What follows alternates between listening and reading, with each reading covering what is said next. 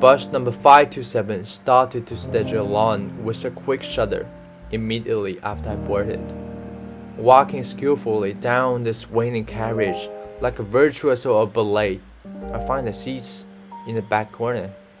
I muttered the mathematical expression I just read in mathematical analysis like an incantation, as I fell into metaphysical meditation.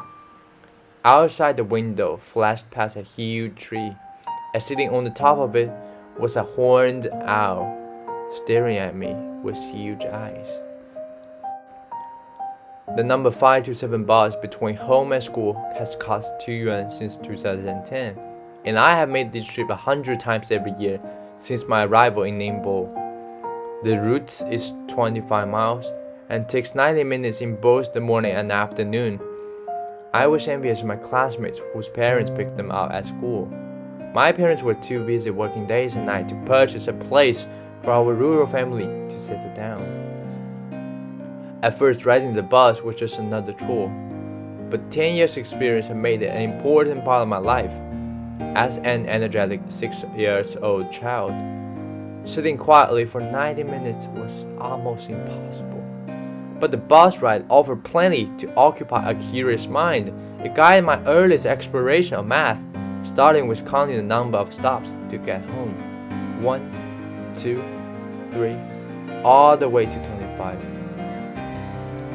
By the time I reached puberty, my classmates had begun to take notice of my accent, and I, in return, became aware of the gap that separates northwestern China from the coastal cities. Taking the bus while my classmate got picked up reinforced my isolation.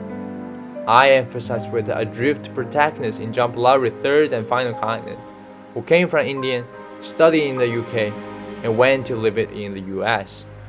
In my imagination, I was like the backpacker staggering along from the rural outskirts, now living in a huge metropolis and planning to enter college on my third and final continent.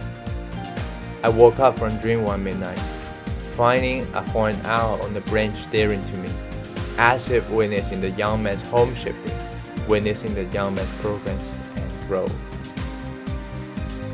When I visited my birthplace one summer at the age of 16, I transformed so much that my relatives could barely recognize me. I had left as a small boy and returned as a budding young scholar, a finalist at a HMCM who had learned Java and MATLAB on the bus in the days before competition. A boy who had used multiple variable calculus to determine the volume of a donut.